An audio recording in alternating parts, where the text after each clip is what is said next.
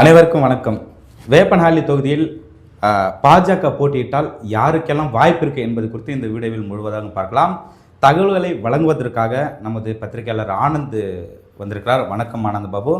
வேப்பனஹள்ளி தொகுதியில் பாஜக போட்டியிட்டால் யாருக்கெல்லாம் வாய்ப்பு இருக்குது என்பதை பற்றி சொல்லுங்கள். அனைவருக்கும் வணக்கம்.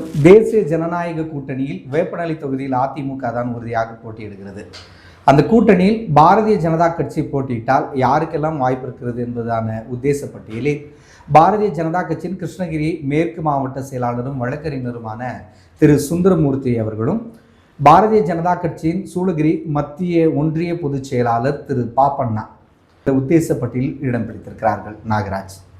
ஆனந்த், திரு சுந்தரமூர்த்தி பாஜகவில் என்ன பொறுப்பில் இருக்கிறார், அவருடைய தொழில் என்ன அப்படின்றது சொல்லுங்கள். நாகராஜ், சுந்தரமூர்த்தி அவர்கள் வழக்கறிஞராக பணியாற்றி வருகிறார். சூளகிரி அடுத்த பெத்தசிகிலப்பள்ளி ஊராட்சி கங்கசந்திரம் என்னும் ஊரை சேர்ந்தவர்.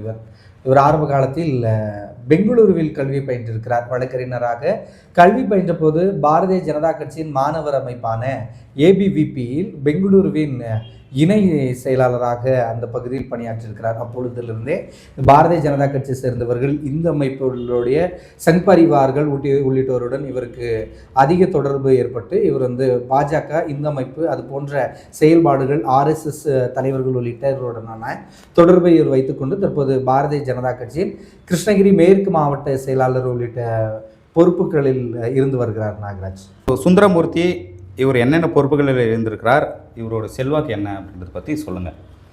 நாகராஜ், சுந்தரமூர்த்தி அவர்கள் வழக்கறிஞராக படிப்பை முடித்த பிறகு சூளகிரி பகுதியில் இந்த அமைப்புகள் குறித்தும் சங் பரிவார் பணிகளை மேற்கொண்டிருக்கிறார். அவர் ஆரம்பத்தில் இந்து முன்னணியில் சூளகிரி ஒன்றிய செயலாளராகவும் அதனைத் தொடர்ந்து பாரதிய ஜனதா கட்சியில் சூளகிரி ஒன்றிய தலைவராக இருந்திருக்கிறார்.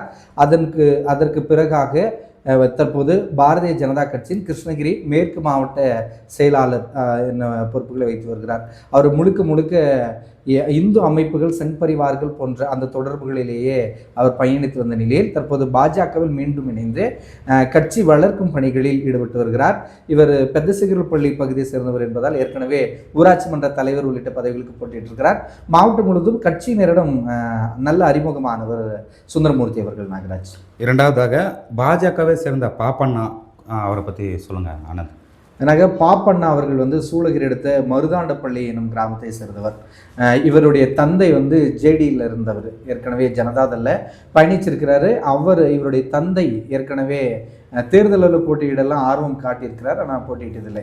இவர் ஃபஸ்ட்டு 2011 மருதாண்டப்பள்ளி கிராமத்தில் ஊராட்சி மன்றத்திற்கு உறுப்பினராக தேர்ந்தெடுக்கப்படுகிறார். பின்னர் 2020 இவர் வார்டு மெம்பராக வெற்றி பெற்று பின்னர் ஊராட்சியினுடைய துணைத் தலைவராக இருந்திருக்கிறார். தற்போது பாரதிய ஜனதா கட்சியின் சூளகிரி மத்திய ஒன்றிய பொதுச் செயலாளர் பதவி வகித்து வருகிறார். நாகராஜ், திரு பாப்பண்ணா சுயேட்சையாக போட்டியிட இருப்பதாக தகவல் சொல்கிறாங்க. பாஜக ஆதரவு இவருக்கு இருக்குமா? பாப்பண்ணா அவர்கள் பாரதிய ஜனதா கட்சியில் போட்டியிடுவதற்காக வாய்ப்பு கேட்டிருக்கிறார். நம்ம சொன்ன மாதிரி உறுதியாக அதிமுக தான் இந்த தொகுதியில் போட்டியிடுகிறது. ஒருவேளை பாஜகவிற்கு இல்லை என்றால் அவர் சுயேட்சையாக போட்டியிடுவதற்காக பாரதிய ஜனதா கட்சி நிர்வாகிகளுடன் கலந்து ஆலோசித்து வருவதாக நமக்கு தகவல் கிடைத்திருக்கிறது. அதனால் இவர் குறிப்பாக இந்த பாஜக நிர்வாகிகளுடனே கலந்து ஆலோசித்து சுயேட்சையாக போட்டியிடுவதற்கான வாய்ப்பு இருக்கும் என்பதால் பாஜகவில் ஒரு சிலர் அவருக்கு ஆதரவாக செயல்படவும் வாய்ப்பு இருக்கிறது. நாகராஜ், பாஜக குறித்து பல்வேறு தகவல்களை வழங்கிய ஆனந்த் அவர்களுக்கு நன்றி. மீண்டும் அடுத்த வீடியோவில் சந்திப்போம். வணக்கம். வணக்கம்.